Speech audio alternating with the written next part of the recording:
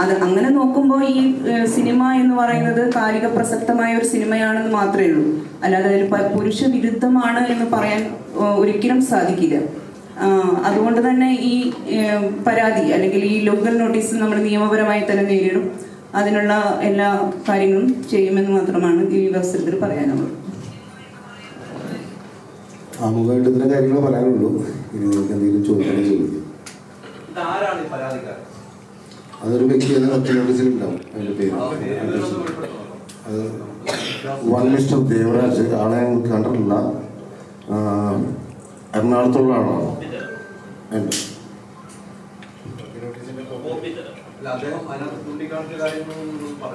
അദ്ദേഹം അയാൾ ചൂണ്ടിക്കാണിച്ചത് ഇതൊരു സ്ത്രീകൾ നിയമം കയ്യിലെടുത്തു എന്നൊരു പോയിന്റും മൊത്തം പുരുഷന്മാരെ എതിരെ ഉള്ളൊരു പ്രമേയമാണിത് എന്നുള്ള സംഭവം അതായത് അവരെ അതിശയിച്ചുള്ളൊരു സംഭവമാണെന്നുള്ള കാര്യമായിട്ടാണ് വന്നത്.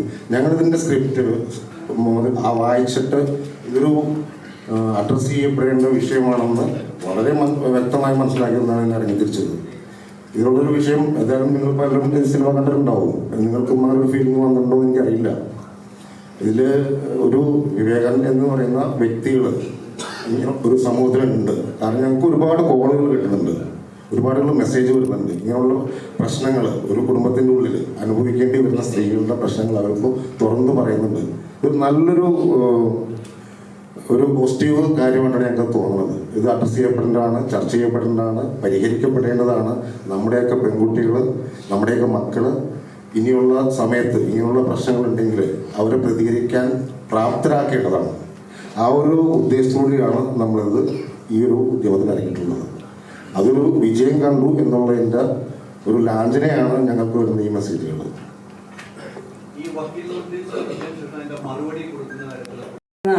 അതിന് നമുക്ക് ലഭിച്ചിട്ടേ ഉള്ളൂ. അത് തയ്യാറാക്കിക്കൊണ്ടിരിക്കുന്നത് നിയമപരമായ വിഷയങ്ങളൊക്കെ നോക്കി നമ്മൾ അതിന് മറുപടി കൊടുക്കും.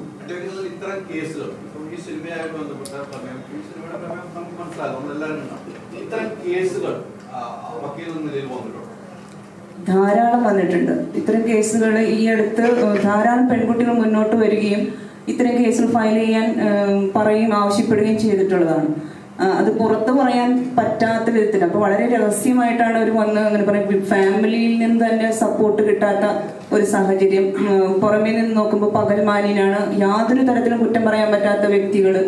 അത്തരം ആൾക്കാർ അല്ലെങ്കിൽ ഒരു പ്രൈവറ്റ് സ്പേസിൽ പെരുമാറുന്ന വൈകൃതങ്ങൾ, പെർവേർഷൻസ്, അത് പറഞ്ഞാൽ ആരും വിശ്വസിക്കാൻ തയ്യാറാവാത്ത സാഹചര്യങ്ങൾ. അങ്ങനെ വരുമ്പോൾ നിയമത്തിലൊരു പരിരക്ഷ ലഭിക്കുകയില്ല. കാരണം അതൊരു ഒഫൻസ് അല്ല. ഒരു പരാതി കൊടുത്താൽ അതിനൊരു കൃത്യമായ റെമഡി കിട്ടില്ല. പോലീസുകാരായാലും പറയാം ഇതിലൊക്കെ എങ്ങനെ കേസെടുക്കും എന്ന് മാത്രമേ പറയൂ. ഒരാളെ അടിച്ചാൽ പോലും നമുക്ക് കേസെടുക്കാവുന്ന ഈ ഒരു രാജ്യത്ത് ഇത്തരത്തിലുള്ള അക്രമ പ്രവൃത്തികൾ നിയമവിധേയമാണെന്നുള്ളതാണ്. അതുകൊണ്ട് തന്നെ ധാരാളം കേസുകൾ ഈ വിഷയത്തിൽ വരുന്നുണ്ട്. പോലീസായാലും ശരി, കോടതിയായാലും ശരി, തെളിവ് കാണിക്കാൻ വേണ്ടി ഇതിനെങ്ങനെ തെളിവ് കൊടുക്കും? അപ്പോൾ ആ രീതിയിൽ വലിയ പ്രശ്നങ്ങൾ സ്ത്രീകൾ നേരിട്ടിരിക്കുന്നത്. പ്രത്യേകിച്ചും അവർക്ക് പുറത്തു പറയാൻ പറ്റാത്ത അവരുടെ സാമൂഹിക പശ്ചാത്തലം കാര്യങ്ങളൊക്കെ കൊണ്ട് അവർക്ക് പുറത്തു പറയാൻ പറ്റാത്ത ഒരുപാട് പ്രശ്നങ്ങൾ സ്ത്രീകൾ നേരിട്ടുകൊണ്ടിരിക്കുന്നുണ്ട്. അത് ഒരുപക്ഷെ ഈ സിനിമയിൽ നമ്മുടെ കഥാപാത്രങ്ങളുടെ അതേ മാനസികാവസ്ഥയിലുള്ള ഒരു നല്ല ശതമാനം സ്ത്രീകൾ നമ്മുടെ സമൂഹത്തിലുണ്ട്. അവരൊന്നും പറയുന്നില്ല, അല്ലെങ്കിൽ അവരത് സപ്രസ് ചെയ്യുന്നുണ്ട് എന്നുള്ളതാണ് നമ്മൾ ഈ സിനിമ ചെയ്യാനുള്ളൊരു കാരണം. അതാണ് അങ്ങനത്തെ ഒരു സിനിമ ചെയ്യാനുള്ളൊരു കാരണം തന്നെ. ഇത്തരം വിഷയങ്ങൾ പുറത്ത് പറയാനായിട്ട് സ്ത്രീകൾ തയ്യാറാകുന്നില്ല, അതിനെ അഡ്രസ്സ് ചെയ്യേണ്ടതുണ്ട് എന്ന് തോന്നിയതുകൊണ്ടാണ് ഈ വിഷയം തന്നെ നമ്മൾ സിനിമയാക്കുന്നത്. ആ സിനിമ വലിയ രീതിയിൽ ആളുകൾ ഏറ്റെടുക്കണമെന്നൊരു പ്രതീക്ഷയും കമൽ സാറിനെ സംബന്ധിച്ചിട്ടുണ്ടാകാം. ഈ സിനിമ വന്നതിന് ശേഷം അത്തരമൊരു പ്രവണത കാണുന്നില്ല. തിയേറ്ററിലാണെങ്കിലും അത്ര പ്രവണത കാണില്ല. സാറിനെ സംബന്ധിച്ചൊരു മാനസികമായ ഒരു ബുദ്ധിമുട്ടുണ്ടായി കാണുന്നതാണ് എനിക്ക് തോന്നുന്നത്. കാരണം ഇത്തരം ഒരു സിനിമ കാത്തിരുന്ന പ്രേക്ഷകർ വരുമ്പോൾ ഇത്തരം ഒരു വക്കീൽ നോട്ടീസ് വരുന്നു, അതിനെതിരെ ചില ആളുകൾ മനഃപൂർവ്വം ഡീഗ്രേഡ് ചെയ്യുന്നതായിട്ട് അങ്ങനെയൊക്കെയാണോ സാറിന് തോന്നുന്നത്? അല്ല, അതിനെപ്പറ്റി ഞാൻ കമൻറ്റ് ചെയ്യുന്നില്ല. മനഃപൂർവ്വം ഡീഗ്രേഡ് ചെയ്യുന്നത് അവരുടെ സ്വാതന്ത്ര്യമാണ്, അല്ലെങ്കിൽ അവരുടെ പെർവേർഷൻസ് ആണ്. അതൊക്കെ അവർ ചെയ്തുകൊണ്ടിരിക്കും, അതങ്ങ് നടക്കും. അതിനെപ്പറ്റി നമുക്കറിയില്ല. പക്ഷെ ഞാൻ മാനസികമായിട്ട് തളരേണ്ട കാര്യമുണ്ടെന്ന് എനിക്ക് തോന്നുന്നില്ല. കാരണം ഞാൻ ആദ്യമായിട്ട് സിനിമ ചെയ്തതല്ലേ. ഇത്തരം ഒരുപാട് സിനിമകൾ ചെയ്തിട്ടുണ്ട്. ഇതേപോലെ പരാജയങ്ങളും വിജയങ്ങളും ഒക്കെ ഉണ്ടായിട്ടുണ്ട്. ഈ സിനിമ പരാജയമാണെന്ന് ഞാൻ വിശ്വസിക്കുന്നുമില്ല. കാരണം ഇതിനങ്ങനെ വലിയ സാമ്പത്തികമായ എന്താ പറയുക പ്രശ്നങ്ങളൊന്നുമില്ല. പടം നമുക്ക് എല്ലാവർക്കും അറിയാവുന്ന ഇപ്പോൾ മലയാള സിനിമ തിയേറ്ററുകളിൽ സൂപ്പർ സ്റ്റാറുകളുടെ പടമാണ് ആദ്യമായിട്ട് തിയേറ്ററിൽ ആൾക്കാർ കയറുന്നത്. മറ്റൊരുപാട് സങ്കേതങ്ങളുണ്ടല്ലോ, ഇപ്പോൾ OTT ഉണ്ട്, സാറ്റലൈറ്റ് ഉണ്ട്, ഇതിലൊക്കെ പ്രേക്ഷകർ ഒരുപാട് പേര് ഇത് കാണും. ഈ സിനിമ കാണാൻ വേണ്ടി തന്നെയാണ് എടുക്കുന്നത്. അപ്പോൾ തിയേറ്ററിലും ആൾക്കാർ കാണുന്നുണ്ട്. നിങ്ങളിപ്പോൾ തിയേറ്ററിൽ പോയി കഴിഞ്ഞാൽ തന്നെ നിങ്ങൾക്ക് അറിയാവുന്നതാണ്, സ്ത്രീകളാണ് സിനിമ കാണാൻ വരുന്നത്. പുരുഷന്മാരധികം വരുന്നില്ല എനിക്ക് ഒരു പക്ഷേ, കാരണം എന്താ വെച്ചാൽ അവർക്ക് തന്നെ ഈ പറയുന്ന ഒരു ചളിപ്പൊക്കെ ഉണ്ടാവാം. പക്ഷെ സ്ത്രീകൾ അത്യാവശ്യം സിനിമ കാണുന്നുണ്ട്, ഒരുപാട് പേര് എന്നെ വിളിക്കുന്നുണ്ട്. അവർ ഇങ്ങനൊരു വിഷയം അഡ്രസ്സ് ചെയ്തതിൽ അവർ നമ്മളോട് വളരെ താങ്ക്ഫുൾ ആണെന്നുള്ള രീതിയിൽ ഒരുപാട് പേര് വിളിക്കുന്നുണ്ട്. പ്രൊഡ്യൂസേഴ്സിനെ വിളിക്കുന്നുണ്ട്, എന്നെ വിളിക്കുന്നുണ്ട്, ഷൈനെയൊക്കെ വിളിക്കുന്നുണ്ട്. അപ്പോൾ സ്വാഭാവികമായിട്ട് ഞങ്ങളെ സംബന്ധിച്ചുള്ള സിനിമ വിജയം തന്നെയാണ്. പിന്നെ മുൻകാലങ്ങളിലൊക്കെയാണ് നമ്മൾ പറയുന്നത്, മുൻകാലങ്ങളിലാണ് ഈ അവസ്ഥ ഉണ്ടാകുന്നത്. കാരണം സിനിമ തിയേറ്ററിൽ ഓടുന്നില്ല എന്നുള്ള രീതിയിൽ വന്നു കഴിഞ്ഞിട്ടുണ്ടെങ്കിൽ പിന്നെ ഒരു ഡയറക്ടറെ സംബന്ധിച്ചോളം പ്രൊഡ്യൂസറെ സംബന്ധിച്ചോളം വേറെ വഴിയാണ്. ഇപ്പം അങ്ങനെയല്ല, ഇത് ഒരുപാട് പേരുടെ അടുത്തേക്ക് ഈ സിനിമ എത്തുന്നത് നമുക്ക് നല്ല വിശ്വാസമുണ്ട്. കാരണം അങ്ങനെ വരുമ്പോൾ തന്നെ ഒരുപാട് സ്ത്രീകൾ ഈ സിനിമ കാണുകയും കൂടുതൽ അഭിപ്രായം വരികയും ചെയ്യുന്നതാണ് എനിക്ക് തോന്നുന്നത്. പിന്നെ സിനിമയുടെ ആത്യന്തികമായ ഒരു വിജയം എന്ന് പറയുന്നത് അത് ജനങ്ങൾ ഏറ്റെടുക്കുക എന്ന് പറയുന്നത് കുറെ കാലം കഴിഞ്ഞാലും ഏറ്റെടുക്കും. അതാണല്ലോ ഒരു സിനിമ എന്ന് പറഞ്ഞു കഴിഞ്ഞിട്ടുണ്ടെങ്കിൽ. ഇപ്പം എൻ്റെ പഴയ സിനിമകളെ കുറിച്ചൊക്കെ തന്നെ ഇപ്പം സംസാരിക്കുന്നത് കൊണ്ടാണ്, അതിപ്പോഴും അവരുടെ മനസ്സിൽ കിടക്കുന്നതുകൊണ്ടാണ്. ഒരു സിനിമ കാലാധിപത്യം അല്ലെങ്കിൽ കാലത്തെ അതിജീവിച്ച് കുറെ കാലം നിൽക്കുക എന്നുള്ളതാണ് ഏറ്റവും പ്രധാനപ്പെട്ട. ആ കാര്യത്തിൽ ഈ സിനിമ വലിയ സക്സസ് തന്നെയാണെന്ന് ഞാൻ വിശ്വസിക്കുന്നു. ഒരു നല്ല സിനിമയാണ് സിനിമകളിൽ കൂടുതലും അങ്ങനെ കൊള്ളത്തില്ല എന്ന് റിവ്യൂ വന്നാൽ പോലും പലപ്പോഴും നല്ല സിനിമകളാണ് പ്രേക്ഷകർ അത് കണ്ട് തിയേറ്ററിൽ ഓടും. വിവേകാനന്ദന്റെ അവസ്ഥയിൽ ഇപ്പം അത്ര ഒരു പുഷ് കിട്ടുന്നില്ല. ഇപ്പം ഈ പറഞ്ഞ റിവ്യൂവിന്റെ കേസ് വന്നാലും ശരി, ഇങ്ങനെ പരാതി നല്ലൊരു സിനിമയാണ് പ്രേക്ഷകർ അത് സ്വീകരിക്കുമല്ലോ. അല്ല, ഞാനതാണ് ആദ്യം പറഞ്ഞത്. കാരണം നല്ല സിനിമ എന്ന് പറയുന്നത് എപ്പോഴായാലും പ്രേക്ഷകർ സ്വീകരിക്കും. ആദ്യത്തെ ദിവസങ്ങളിൽ തന്നെ പ്രേക്ഷകർ പോയി തിയേറ്ററിൽ വന്ന് കാണണമെന്ന് നമുക്ക് പറയാൻ പറ്റില്ല. അത് സൂപ്പർ സ്റ്റാറിന്റെ സിനിമയുണ്ട്. ഇനിയും ഇപ്പം എല്ലാ തിയേറ്ററിലും പടം കളിച്ചുകൊണ്ടിരിക്കുന്നുണ്ട്. ഇനി സമയമുണ്ടല്ലോ സ്ത്രീകൾക്ക്. ഒറ്റയടിക്ക് ഇപ്പോൾ നിങ്ങൾ നേരത്തെ പറഞ്ഞ മാതിരി ഒരു നെഗറ്റീവ് റിവ്യൂ ഒക്കെ വരുമ്പോൾ ആദ്യം ഒന്ന് ആശങ്കയുണ്ടാവും, എല്ലാവർക്കും ഉണ്ടാവും. അതിനെ മറികടക്കുന്നത് എങ്ങനെയാണ്? അവരുടെ സുഹൃത്തുക്കളോ അവർക്ക് വേണ്ടപ്പെട്ടവർ ഈ സിനിമ കണ്ട്, പ്രത്യേകിച്ച് സ്ത്രീകൾ സിനിമ കണ്ടിട്ട് അവർ പറയും ഇത് മറ്റുള്ളവർ പറയുന്നത് നോക്കണ്ട, ആണുങ്ങൾ പറയണതാണ്, ആണുങ്ങൾ കുറ്റം പറയുന്നതിൽ അർത്ഥമൊന്നുമില്ല, ഇത് നമ്മൾ കാണേണ്ട സിനിമയാണെന്ന് പല സ്ത്രീകളും പറഞ്ഞ് അവർ വന്ന് തിയേറ്ററിൽ കാണും. അതിനുള്ള സാവകാശം അവർക്ക് കൊടുക്കണം. മുൻകാലങ്ങളിലൊക്കെ സിനിമ അങ്ങനെയുണ്ട്, നിങ്ങൾക്കറിയാലോ. ഈ സോഷ്യൽ മീഡിയ ഒക്കെ വരുന്നതിന് മുമ്പുള്ള കാലത്ത് ആദ്യമൊക്കെ ഒരാഴ്ച ഒരു മനുഷ്യനുണ്ടാവില്ല ചില പടങ്ങൾ. ഇപ്പം എൻ്റെയൊക്കെ തന്നെ പല സിനിമകൾക്ക് അങ്ങനെ ഉണ്ടായിട്ടുണ്ട്. ആളില്ലാതെ ഈ സിനിമ പോയി ഇറങ്ങി കൊടുക്കുന്നതായിരിക്കും ചിലപ്പോൾ പിന്നെ വലിയ കളക്ഷനിലേക്ക് വലിയ ഹിറ്റായി മാറിയ കുറേ സിനിമകൾ ഞങ്ങളൊക്കെ ചെയ്തിട്ടുണ്ട്. അപ്പോൾ ആദ്യത്തെ ദിവസങ്ങളിൽ ചിലപ്പോൾ ഈ പറയുന്ന ഒരു സോക്കോളുണ്ട്. പിന്നെ നമ്മൾ ആരെ ടാർഗറ്റ് ചെയ്യുന്നു, ഏത് പ്രേക്ഷകനെ ടാർഗറ്റ് ചെയ്യുന്നത് വളരെ പ്രധാനപ്പെട്ടതാണ്. ഇപ്പോൾ നിങ്ങൾ സിനിമ കാണാൻ പോകുമ്പോൾ നിങ്ങൾ വിചാരിക്കുന്നത് എന്നെ ഉദ്ദേശമുള്ളൊരു സിനിമയല്ല, എനിക്ക് പറ്റുന്നൊരു സിനിമയല്ല എന്ന് തോന്നിക്കഴിഞ്ഞാൽ നിങ്ങൾ അതിനെ ചിലപ്പോൾ റിജക്റ്റ് ചെയ്യാം. നിങ്ങൾക്ക് ഇഷ്ടപ്പെട്ടില്ല എന്ന് പറയും. പക്ഷേ ഇത് വേറെ ആൾക്കാർക്ക് ഇഷ്ടപ്പെടും. അപ്പം നമ്മളെ സംബന്ധിച്ചോളം അതാണ് നമ്മൾ നോക്കുന്നത്. ഏറ്റവും കൂടുതൽ ആൾക്കാർക്ക് ഇഷ്ടപ്പെടുന്നത് എന്താണെന്നുള്ളതാണ് നമ്മൾ നോക്കുന്നത്. അപ്പോൾ തീർച്ചയായിട്ടും അത് ഫസ്റ്റ് ഡേ ഓഡിയൻസിനെ അല്ല എന്നുള്ളതാണ് ഈ സിനിമ ഇപ്പം തെളിയിക്കുന്നത്.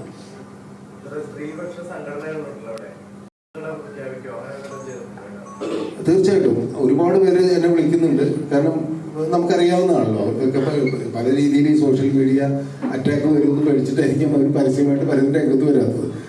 അല്ലാതെ ചില ആൾക്കാരുണ്ട്. ഇപ്പോൾ ഈ ട്രാൻസ് വുമണൊക്കെ ഒരുപാട് പേര് അവരുടെ സംഘടനയൊക്കെ ഞങ്ങളൊക്കെ വിളിച്ചിട്ട് അവർ പരസ്യമായിട്ട് പിന്തുണയൊക്കെ ആയിട്ട് വന്നിട്ടുണ്ട്. കാരണം ഏറ്റവും കൂടുതൽ ഈ സിനിമയിൽ പറയുന്ന വിഷയം എന്ന് പറഞ്ഞാൽ മൈ ബോഡി മൈ പ്രൈഡ് എന്നാണ്. എൻ്റെ ശരീരം എൻ്റെ അവകാശം. അതിൻ്റെ പ്രശ്നങ്ങൾ നേരിടുന്ന സ്ത്രീകളെ പോലെ തന്നെ ട്രാൻസ് വുമൺ ഒരുപാട് നേരിട്ടുകൊണ്ടിരിക്കുന്നുണ്ട്. അവരുടെ കമ്മ്യൂണിറ്റി വല്ലാതെ അതിന് വിധേയരായിക്കൊണ്ടിരിക്കുന്ന അവസ്ഥയിൽ അവരൊക്കെ അത് ഏറ്റെടുക്കുന്നുണ്ട്. പരസ്യമായിട്ട് ചിലപ്പോൾ അവർ ഈ സിനിമ എൻ്റേതാണെന്ന് പറഞ്ഞിട്ട് വരാനായിട്ട് ഇപ്പോഴത്തെ കാലത്ത് മടിക്കുന്നുണ്ട് എന്നുള്ളതിൻ്റെ കാര്യം നിങ്ങൾക്കറിയാമല്ലോ. പക്ഷെ അതുകൊണ്ട് പിന്തുണയില്ല എന്ന് നമുക്ക് പറയാൻ പറ്റില്ല. അതുപോലെ തന്നെ ഇതിപ്പം ഒരു പുരുഷനെ കേന്ദ്രീകരിച്ച് പുരുഷന്റെ വൈകൃതങ്ങളെ കേന്ദ്രീകരിച്ചൊരു സിനിമയാണ്. അത് നേരെ ഓപ്പോസിറ്റ് ചിന്തിച്ചു കഴിഞ്ഞാൽ ഇപ്പം ഒരു സ്ത്രീയുടെ വൈകൃതങ്ങൾ അങ്ങനെയുള്ള സ്ത്രീകളുമുണ്ട്. അപ്പൊ അവരെ ബേസ് ചെയ്തൊരു സിനിമയാണ് സാർ എടുത്തതെങ്കിൽ അതുപോലെ തന്നെ അതിനെതിരായിട്ട് സ്ത്രീകൾ രംഗത്തിറങ്ങുകയാണെങ്കിൽ സാറിന് ഒരു ദിവസമെങ്കിലും ഈ സിനിമ ഓടിക്കാൻ പറ്റുമെന്ന് തോന്നുന്നുണ്ടോ? അങ്ങനത്തെ ഒരു സിനിമ ഞാൻ എടുക്കില്ല. ആദ്യം അത് പറയാം. കാരണം സ്ത്രീകൾക്കെതിരായിട്ടൊരു സിനിമ ഞാൻ എടുക്കില്ല. കാരണം അത് എൻ്റെ പോളിസിയാണ്, എൻ്റെ ഒരു നിലപാടാണ്. കാരണം ഇത്രയും കാലം സിനിമ ചെയ്തിട്ട് ഒരു സ്ത്രീകളെ മോശമാക്കുന്ന രീതിയിലോ അല്ലെങ്കിൽ സ്ത്രീകൾക്കെതിരായിട്ടൊരു സിനിമ ഞാൻ ഇതുവരെ ചെയ്തിട്ടില്ല, ചെയ്യുകയില്ല. ഏത് പുരുഷൻ ഇനി ഞങ്ങളുടെ എനിക്ക് എതിർപ്പായിട്ട് വന്നു കഴിഞ്ഞാൽ ഞാൻ ചെയ്യില്ല. അതെൻ്റെ നിലപാടാണ്. അല്ല, കഥയാലും എനിക്ക് പറ്റാത്ത, എനിക്ക് എൻ്റെ നിലപാടുകൾക്ക് യോജിക്കാത്ത കഥ ഞാൻ ചെയ്യില്ലല്ലോ, ഒരിക്കലും ചെയ്യില്ല. തീർച്ചയായും തീർച്ചയായും. കാരണം അങ്ങനെയുള്ളൊരു വൈകല്യങ്ങളുള്ളവർക്ക് മാത്രമേ എനിക്ക് എൻ്റെ ഒരു പേഴ്സണൽ ഫീലിംഗ് ആണത്. അങ്ങനെയുള്ള വൈകല്യങ്ങളും അങ്ങനെയുള്ള വിവേകാനന്ദന്റെ ക്വാളിറ്റി ഉള്ള അവരായിട്ട് കണക്ട് ചെയ്യുന്ന ആൾക്കാർക്കായിരിക്കും ഇത് കൂടുതൽ ഇഷ്ടപ്പെടാതെ പോകുന്നതും അല്ലെങ്കിൽ ഒരു എതിർപ്പ് ഉണ്ടാകുന്നതും എന്നെനിക്ക് എൻ്റെ പേഴ്സണൽ ഫീലിംഗ് ആണ്. അല്ല, ഇപ്പൊ പറഞ്ഞ നമ്മുടെ കുറച്ച് പേരെ ഉണ്ടാവല്ലോ, ഇപ്പൊ അതൊരു എന്താ പറയുക, ഫിസിക്കൽ ഒരു അസുഖം കൂടിയല്ലേ അത്? അതൊരു അസുഖം ആയിരിക്കാം. അതങ്ങനെയുള്ള കാര്യങ്ങളെല്ലാം ഒരു സത്യം പറഞ്ഞാൽ ഒരു സൈക്കോളജിസ്റ്റ് കൂടി ഇത് വേണ്ടിയിരുന്നതാണ്. ഒരു സീനിയറായിട്ടുള്ളൊരു സൈക്കോളജിസ്റ്റ് എന്നെ വിളിച്ചിരുന്നു. അദ്ദേഹം എന്നോട് പറഞ്ഞ ശല്യം, ഇത് വളരെ നല്ലൊരു സബ്ജക്റ്റാണ് നിങ്ങൾ തിരഞ്ഞെടുത്തിരിക്കുന്നത്. ഒരിക്കലും ചർച്ച ചെയ്യപ്പെടാത്ത, ഒരിക്കലും ഐഡന്റിഫൈ ചെയ്യപ്പെടാത്ത സമൂഹത്തിൽ ഇന്ന് നിലനിൽക്കുന്ന ഇത്രയും വലിയൊരു ഇഷ്യൂ ഇപ്പോൾ അദ്ദേഹത്തിൻ്റെ അടുത്ത് വരുന്ന പേഷ്യൻസിനോട് അദ്ദേഹം പറയുന്നത് വെച്ചാൽ ആദ്യം ഈ സിനിമ ഒന്ന് കണ്ടുവരൂ, അത് കഴിഞ്ഞിട്ട് എനിക്ക് കുറച്ചും കൂടി ഈസിയാണ് നിങ്ങളെ കൺവിൻസ് ചെയ്യാനും നിങ്ങളെ പ്രാപ്തരാക്കാനും. അദ്ദേഹത്തെ ഞാൻ സത്യം പറഞ്ഞാൽ കൊണ്ടുവരാൻ പറ്റില്ല. അതുകൊണ്ട് അദ്ദേഹത്തിന് തിരക്കൊണ്ടും മറ്റുള്ള കാര്യങ്ങൾ കൊണ്ടും വിട്ടുപോയതാണ്.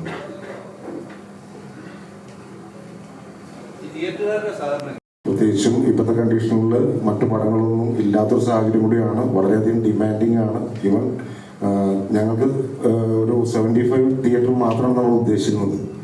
പക്ഷേ 100ഓളം തിയേറ്ററുകൾക്ക് ഞങ്ങൾക്ക് കൊടുക്കേണ്ടി വന്നു.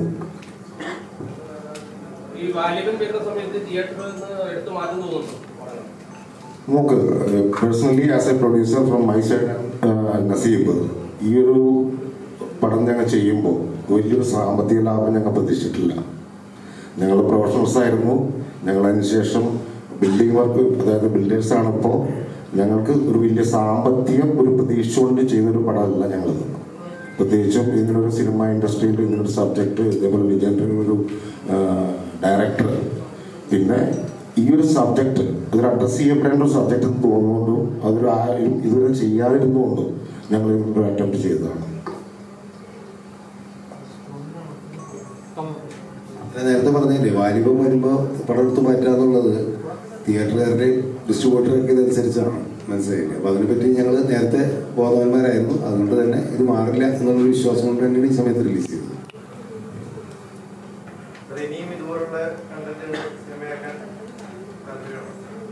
ഇതുപോലത്തെ ചെയ്യില്ല, കാരണം ഇത് ചെയ്തു പോയില്ലേ, അതുകൊണ്ട് ഇനി ചെയ്യാൻ പറ്റില്ല. കാരണം ഇതിൽ ഇതുപോലെ ഇത്തരം വിഷയങ്ങൾ അഡ്രസ്സ് ചെയ്യുന്ന സബ്ജക്റ്റ് തീർച്ചയായിട്ടും ചെയ്യും. ഒരു കാലങ്ങളിൽ ഞാൻ ചെയ്തിട്ടുണ്ട്, നിങ്ങളെ കണ്ടിട്ടുണ്ടോ? അപ്പോൾ മഞ്ജുവിൻ്റെ പെൺകുട്ടി എന്ന് പറഞ്ഞ സിനിമ ഞാൻ അന്ന് ചെയ്തപ്പോൾ, അന്ന് എല്ലാ വീട്ടിലും നടക്കുന്നുണ്ട്, ചൈൽഡ് അബ്യൂസ് നടക്കുന്നുണ്ട്. പക്ഷെ അത് അന്ന് ആൾക്കാർക്ക് ഉൾക്കൊള്ളാൻ പറ്റില്ല. കാരണം അത് സ്ത്രീകൾ ഇതേപോലെ പുറത്തു പറയാൻ പറ്റില്ല. അതും സാമ്പത്തികമായിട്ട് വലിയ ഭയങ്കര ഹിറ്റായ പടമൊന്നുമില്ല. അത് സ്ത്രീപക്ഷ സിനിമയായിരുന്നു. ഈ പറയുന്ന ടീനേജ് കുട്ടികൾ അതും പ്രതിരോധിക്കുന്നതാണ്. ആ കുട്ടിയെ അയാളെ കൊല്ലാൻ പോകുന്നതായിരുന്നു ആ സിനിമയുടെ വിഷയം എന്ന് പറയുന്നത്. അന്നും സെൻസർ ബോർഡ് ആ സിനിമയ്ക്ക് ഒരു പ്രശ്നം ഉണ്ടാക്കിയില്ല. നാഷണൽ അവാർഡിലും ഒക്കെ പോയി ഇന്ത്യൻ മനോരമയിൽ കാണിച്ച പടമാണത്. അപ്പോൾ ആ പ്രതിരോധം ആ സിനിമയിലുണ്ട്. ആ ഒരു ടീനേജ് പെൺകുട്ടി പ്രതിരോധിക്കുകയാണ്. അവളുടെ ബുദ്ധി അനുസരിച്ച് ഇയാളെ കൊല്ലണമെന്ന് വിചാരിച്ചിട്ട് ഒരാളെ വാടകയ്ക്ക് എടുത്തിട്ട് കുട്ടികളെല്ലാവരും കൂടി അയാളെ അതാണുള്ള വിഷയം. പക്ഷെ അത് പരാജയപ്പെട്ടു പോകുന്നതാണ് അവർ. അപ്പോൾ ഇത്തരം വിഷയങ്ങൾ ഞാൻ ഓരോ കാലഘട്ടത്തിലും നമ്മൾ ചെയ്യുന്നുണ്ട്. അന്ന് ഇപ്പം ചൈൽഡ് അബ്യൂസ് എന്തോരം നമ്മുടെ സമൂഹത്തിൽ നടക്കുന്നുണ്ട്. അപ്പം അതുകൊണ്ട് അതൊന്നും എന്താ പറയുക പ്രസക്തമല്ല എന്ന് നമുക്ക് പറയാൻ പറ്റില്ല. ഇതിന്റെ മുമ്പ് ഒരു സിനിമ ഇറങ്ങിയപ്പോൾ ഈ സെയിം പ്രശ്നം ഈ മെൻസ് അസോസിയേഷനൊക്കെ തിയേറ്ററിൽ വന്നിട്ട് ഭയങ്കര പ്രശ്നമൊക്കെ ഉണ്ടാക്കുന്നത്. അപ്പം അത് ഈ സോഷ്യൽ മീഡിയയിൽ വന്നത് ഇതൊരു പ്രൊമോഷൻ ടെക്നിക്കാണെന്ന് പലരും പറയണ്ടായി ഈ കമന്റിൽ. അപ്പൊ ഇത് സെയിം ഒരു പ്രശ്നം വരുമ്പോൾ ആൾക്കാർ ഇത് പ്രൊമോഷൻ ടെക്നിക്കാണെന്ന് വിലയിരുത്തിക്കൊള്ളു. ഏത് ഞങ്ങൾ മെൻസ് അസോസിയേഷനും നമ്മളൊന്നും സമീപിച്ചിട്ടില്ലെന്ന് പ്രശ്നം ഉണ്ടായിട്ടില്ല. അതല്ല, ഇതിപ്പോ ഒരു വ്യക്തി വ്യക്തിന്റെ കൂടുതൽ കാര്യങ്ങൾ നിങ്ങൾ പുറത്തുവിടണ്ടേ? കോടതിയിൽ നിലവിലിരിക്കുന്ന കേസിന് അത് മാത്രമല്ല അയാളാണല്ലോ പറയുന്നതിന് പരിധിയുണ്ട്. കോടതിയിൽ കേസ് വക്കീൽ നോട്ടീസ് കോടതിയിൽ കേസ് രജിസ്റ്റർ ചെയ്തു എന്നാണ് അറിയാൻ കഴിഞ്ഞിട്ടുള്ളത്. രജിസ്റ്റർ ചെയ്തിട്ടുണ്ടെന്നാണ് അറിയാം. പക്ഷെ അതിന്റെ നോട്ടീസ് നമുക്കിപ്പോ കിട്ടിയിട്ടില്ല. കോടതിയിൽ രജിസ്റ്റർ ചെയ്തിട്ടുണ്ടെന്നാണ് അറിയാൻ കഴിഞ്ഞിട്ടുള്ളത്. ഹൈക്കോർട്ടിൽ റിട്ട് മൂവ് ചെയ്തിട്ടുണ്ട്. അതിന്റെ ഈ ഫയലിംഗ് കഴിഞ്ഞിട്ടുണ്ടെന്നുള്ളതാണ് എനിക്കറിയാൻ കഴിഞ്ഞത്. കോടതി സംവിധാനങ്ങൾ ഉപയോഗിച്ചിട്ടുള്ള നമ്മുടെ ഇൻഫ്ലുവൻസ് വെച്ചിട്ട് കിട്ടിയിട്ടുള്ള ഇൻഫർമേഷനാണ്. ഈ നോട്ടീസ് നമുക്ക് നേരത്തെ കിട്ടി. നമ്മളതിന് റിപ്ലൈ ചെയ്യാനായിരിക്കുന്നു. മറ്റ് കോടതിയിൽ നിലവിലിരിക്കുന്ന കേസിനെ കുറിച്ച് കൂടുതൽ കമന്റ്സ് പറയുന്നത് ഉചിതമല്ല എന്ന് വിചാരിച്ചിട്ടാണ് ഇപ്പൊ ആൻസർ ചെയ്തത്. കമൽ എന്ന സംവിധായകനോടാണ് സിനിമകൾ എടുക്കില്ല, സ്ത്രീകൾക്കെതിരായിട്ടുള്ള സിനിമകൾ എടുക്കില്ല എന്നുള്ള കമൽ എന്ന ഡയറക്ടറുടെ നിലപാടാണ്.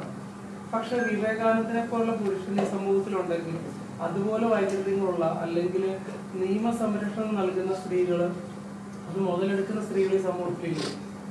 തീർച്ചയായിട്ടും ഉണ്ടാവും. അത് രണ്ട് ഇതുമില്ല. എല്ലാ പുരുഷന്മാരും കുഴപ്പക്കാരാണെന്നോ എല്ലാ സ്ത്രീകളും നല്ലവരാണെന്നുള്ള ഒരു മുൻവിധിയൊന്നും എനിക്കില്ല. അങ്ങനെ ഒരു ധാരണയിൽ ഞാൻ സിനിമ എടുക്കുകയില്ല. ഒരുപാട് സമൂഹത്തിൽ നമ്മൾ ഒരുപാട് പുരുഷന്മാരെ കുറിച്ച് സിനിമ എടുത്തിട്ടുണ്ടല്ലോ. നല്ല പുരുഷന്മാർ കൂടുതലുള്ള സമൂഹം തന്നെയാണത്. പക്ഷെ ഇങ്ങനെയുള്ള ചില ഇതിൽ നേരത്തെ അഡ്വക്കേറ്റ് സൂചിപ്പിച്ച പോലെ ഇത് നിയമപരമായിട്ട് നേരിടാൻ കഴിയാത്ത സ്ത്രീകളെ സംബന്ധിച്ചോളം നിസ്സഹായരായി പോകുന്ന ഒരുപാട് അവസ്ഥയുണ്ട്. അങ്ങനെയുള്ള സ്ത്രീകളെ ഏത് രീതിയിലാണ് പ്രൊമോട്ട് ചെയ്യേണ്ടതെന്നാണ് നമ്മൾ ഈ സിനിമയിലൂടെ പറയുന്നത്. ചിലപ്പോൾ അവർ പ്രതികരിച്ചെന്ന് വരും, നാളെ അവർക്കെതിരെ കേസ് വരും. അതൊക്കെ ഇല്ലെന്ന് പറയുന്നില്ല. അതൊക്കെ സിനിമയിൽ ഞാൻ കാണിക്കണമെന്നില്ലല്ലോ. നാളെ ഇതിനെതിരെ പറഞ്ഞവരെ ആരെങ്കിലും ഈ മറ്റേതെങ്കിലും കഥാപാത്രം ഇവർക്കെതിരെ കേസ് കൊടുക്കാം. പോലീസ് തൽക്കാലം ഇവരെ വെറുതെ വിടുന്നുണ്ടെങ്കിലും നമ്മുടെ സമൂഹത്തിൽ നമ്മൾ കാണുന്നില്ല. ഇത്തരം കാര്യങ്ങൾ വരുമ്പോൾ പോലീസ് വെറുതെ വിടുന്നു. പുരുഷന്മാരെ തന്നെ വിടുന്നില്ലേ? അത് വിടും. പിന്നെ കുറച്ച് ദിവസം കഴിയുമ്പോൾ കേസ് വരുമ്പോൾ അറസ്റ്റ് ചെയ്യും. എന്ന് പറഞ്ഞ പോലെ ചിലപ്പോൾ ഈ സ്ത്രീകൾക്കെതിരെ കേസ് വരുമായിരിക്കും, അറസ്റ്റ് ചെയ്യുന്നില്ല. അതെല്ലാം സിനിമയിൽ കാണിക്കണമെന്നില്ലല്ലോ. അപ്പൊ നിയമം കയ്യിലെടുത്തുകൊണ്ട് അത് നിയമം കയ്യിലെടുത്തു കഴിഞ്ഞാൽ ശിക്ഷിക്കപ്പെടേണ്ടതാണ്, കേസെടുക്കേണ്ടതൊക്കെ എന്നതിന്റെ ബോധ്യം എനിക്കുമുണ്ട്. ഞാൻ പറഞ്ഞു വരുന്നതാണ്. കാരണം എല്ലാ പുരുഷന്മാരും മോശമാണെന്ന് ഈ സിനിമയിലൂടെ പറയാൻ ശ്രമിച്ചിട്ടില്ല. അന്ന് ഓഡിയോ ലോഞ്ചിൽ ഷൈൻ ടോമിനെ പോലെ പറഞ്ഞിട്ടുണ്ട്. അതായത് ഈ സിനിമയിൽ ഷൈൻ ടോം അല്ലാതെ വേറൊരാളെ കാസ്റ്റ് ചെയ്യാൻ തോന്നില്ല, വേറൊരു ആക്ടറിനെ അത് കണ്ടിട്ടില്ല. വേറെ ആക്ടറെ സമീപിച്ചാൽ ഇങ്ങനെ ഒരു കഥാപാത്രം ചെയ്യാൻ തയ്യാറാവുമോ എന്ന് ഒരു സംശയം ഉണ്ടെന്ന് പറയുന്നു. അതെന്താണ് അങ്ങനെ പറയുന്നത്? ഈ വിവേകാനന്ദനെ പോലെ ഒരു കഥാപാത്രം ചെയ്യാൻ മലയാള സിനിമയിൽ മറ്റൊരു അവരവരുടെ ഇമേജിനെ പേടിക്കുന്നുണ്ടാവും. അതെന്റെ അനുഭവമാണ് ഞാൻ പറയുന്നത്. അതുകൊണ്ടാണല്ലോ. കാരണം അവർക്ക് അവരുടെ ഇമേജിനെ കുറിച്ച് കോൺഷ്യസ് ആണ്.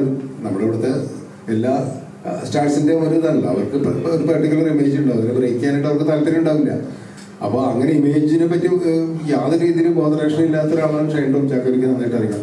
അതുകൊണ്ടാണ് ഷൈൻ ആണ് ഇത് ചെയ്യാൻ പറ്റിയാണെന്ന് ഞാൻ പറഞ്ഞത്. അത് പുള്ളിക്കാരൻ ഇപ്പൊ നെഗറ്റീവായിട്ട് വരാൻ ചാൻസ് ഇല്ല. സോഷ്യൽ മീഡിയയിൽ ഇപ്പൊ ഒന്നുകൊണ്ടെങ്കിൽ ഇങ്ങനത്തെ കമന്റ്സ്. അതേ ഒരു ആക്ടറാണല്ലോ. ആക്ടർക്ക് ഏത് കഥാപാത്രത്തെ അവതരിപ്പിക്കാമല്ലോ. അതിന്റെ പേരിൽ അദ്ദേഹത്തിന് എന്ത് പ്രശ്നം? ഒരു പ്രശ്നമില്ല. അദ്ദേഹത്തിനേക്കാളും എത്രയോ ഹാർഡ് കോർ വില്ലൻ ക്യാരക്ടേഴ്സിനെ ചെയ്ത് അഭിനയിച്ചിട്ടുണ്ട്. അപ്പൊ അങ്ങനെയാണെങ്കിൽ അങ്ങനത്തെ ആവാന്ന് പറയുമോ? അയാൾ ഇല്ലല്ലോ. ഒരു റേപ്പിസ്റ്റായിട്ട് അഭിനയിക്കുന്ന ഒരാൾ റേപ്പിസ്റ്റാണെന്ന് പറയുമോ? അയാൾ കഥാപാത്രത്തല്ലേ അവതരിപ്പിച്ചിട്ടുള്ളത്.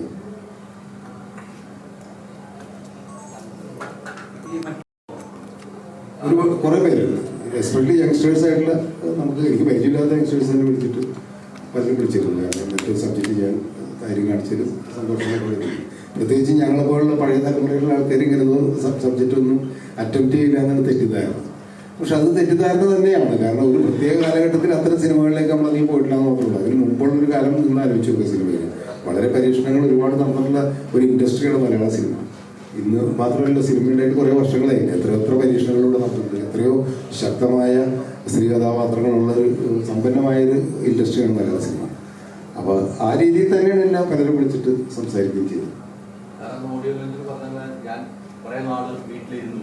സാറന്ന് ഓഡിയോ ലോഞ്ചിൽ പറഞ്ഞു കുറെ നാളിരുന്നു. ഞാനൊരു നടന്റെ പിന്നാലെ നടന്നാണ് എനിക്ക് ഇരിക്കേണ്ടതായി വന്നത്. ഇനി സാറിന്റെ തുടർച്ചയായ ഒരു സിനിമ പ്രേക്ഷകർ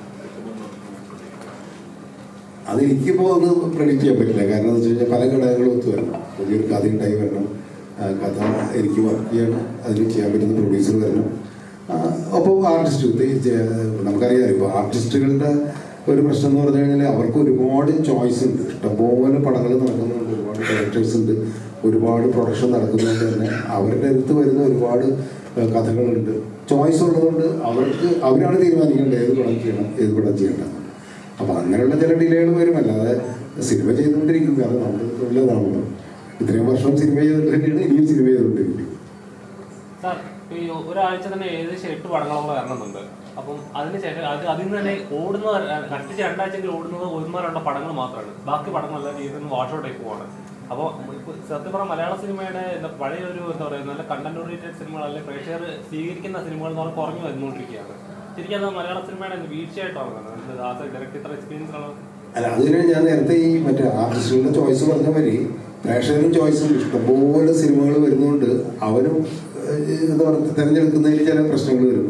അവന് 2 രീതിയിലുള്ള ചോയ്സ് ഉണ്ട്. അവർ തന്നെ പറയുന്നുണ്ടല്ലോ, തിയേറ്റർ എക്സ്പീരിയൻസ് എന്ന് പറഞ്ഞിട്ട് ചില സിനിമ തിയേറ്ററിൽ പോയി കാണണം, ചില സിനിമ OTT കണ്ടാൽ മതി എന്ന് അവർ തീരുമാനിക്കുന്നത്. അത് അവരുടെ ചോയ്സാണ്, നമുക്ക് അവരെ കുറ്റം പറയാൻ പറ്റില്ല. പക്ഷെ പ്രേക്ഷകർ ഇത് കാണുക എന്നുള്ളതാണ് ഏറ്റവും പ്രധാനം. ഇപ്പം നമ്മളൊരു പ്രോഡക്റ്റ് ഉണ്ടാക്കിയിട്ട് അത് മുൻകാലങ്ങളിൽ ആ സാഹചര്യം ഉണ്ടായിരുന്നില്ല. തിയേറ്ററിൽ കണ്ടില്ലെങ്കിൽ ആ സിനിമ പിന്നെ കാണില്ല. പിന്നീടാണല്ലോ ഈ ടെലിവിഷൻ ചാനലുകളൊക്കെ വരാൻ തുടങ്ങിയിട്ട് പഴയ സിനിമകൾ വീണ്ടും കാണാൻ തുടങ്ങി. അപ്പോൾ ഒരുപക്ഷെ തിയേറ്ററിൽ വൻ പരാജയമായ സിനിമകൾ ടെലിവിഷനിൽ വന്നിട്ട് ഇത് നല്ല സിനിമയായിരുന്നില്ല, ഇത് എന്താ ഓടാഞ്ഞെന്നൊക്കെ ചോദിക്കുന്ന അനുഭവങ്ങളൊക്കെ എനിക്കും ഉണ്ടായിട്ടുണ്ട്. പക്ഷെ എന്ത് ചെയ്യാൻ പറ്റും, അന്നത്തെ കാലത്ത് ചില സാഹചര്യങ്ങൾ തിയേറ്ററിൽ ഓടി വർക്കൗട്ട് ആയിട്ടുണ്ടാവില്ല. പക്ഷെ ഇന്ന് തിയേറ്ററിൽ വർക്കൗട്ട് ആവാത്ത എത്ര സിനിമകൾ നിങ്ങൾക്ക് തന്നെ അറിയാം, OTT ഭയങ്കര ശ്രദ്ധ കിട്ടിയിട്ടുണ്ട്. അപ്പോൾ തിയേറ്റർ എക്സ്പീരിയൻസ് വേറെ, OTT അല്ലെങ്കിൽ നമ്മുടെ സ്വകാര്യതയിൽ ഇരുന്ന സിനിമ. അപ്പോൾ എന്തായാലും സിനിമ എന്ന് പറയുന്നത് അങ്ങനെ തള്ളിക്കളയായിട്ടൊരു മീഡിയ അല്ല. അതുകൊണ്ടാണ് ഇത്രയധികം സിനിമ ഇവിടെ ഉണ്ടാവുന്നത്, ഇത്ര ഒരുപാട് പ്രൊഡ്യൂസേഴ്സ് ഇവിടെ വരുന്നത്.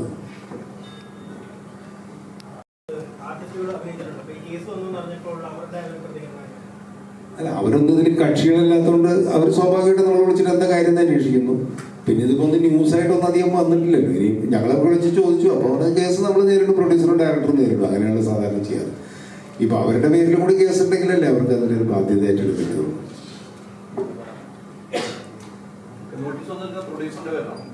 അല്ല, ഞാനൊക്കെ റെസ്പോണ്ടൻ്റ് ആണ്.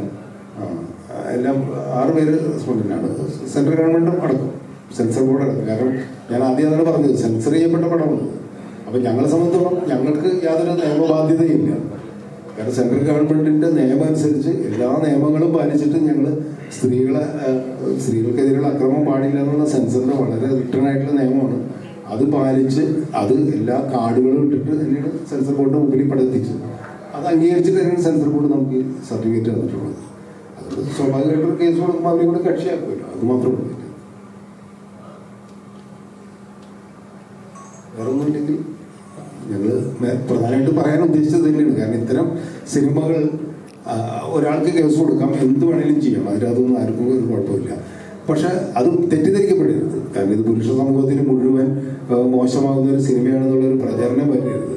ആ പ്രചരണം വരാതിരിക്കാൻ വേണ്ടിയിട്ടാണ് ഞങ്ങൾ സത്യത്തിൽ നിങ്ങളെ കാണാനായിട്ട് ഉദ്ദേശിച്ചത്. അല്ലാതെ കേസ് വന്നുകൊണ്ട് അയ്യോ ഞങ്ങൾക്കെതിരെ കേസ് വന്നൊന്നും പേടിച്ചിട്ട് നിങ്ങളുടെ മുമ്പിൽ ഒന്നുമല്ല. കേസ് നിയമത്തിൻ്റെ വഴിക്ക് തന്നെ പറ്റും. പക്ഷേ ഇത് തെറ്റിദ്ധാരണ ഉണ്ടാക്കരുത്. കാരണം ഇത് സ്ത്രീകൾക്ക് വേണ്ടിയിട്ട് എടുക്കുമ്പോൾ പുരുഷന്മാരെ അവമാനിക്കുന്ന ഒരു സിനിമയാണെന്ന് അങ്ങനെ ഒരു തെറ്റിദ്ധാരണ പാടില്ല. പുരുഷ സമൂഹം ചിലർ തിരിച്ചറിയേണ്ട ചില യാഥാർത്ഥ്യങ്ങൾ അതിനെക്കുറിച്ചാണ് നമ്മൾ ഇവിടെ സിനിമയിൽ പറഞ്ഞിട്ടുള്ളത്. അത് നിങ്ങളോട് പറയാൻ വേണ്ടിയിട്ടാണ് ഞങ്ങളിപ്പോൾ പറഞ്ഞത്. അപ്പോൾ കൂടുതൽ വീഡിയോസിനായി B4 Place ഫോളോ ചെയ്യൂ, സബ്സ്ക്രൈബ് ചെയ്യൂ.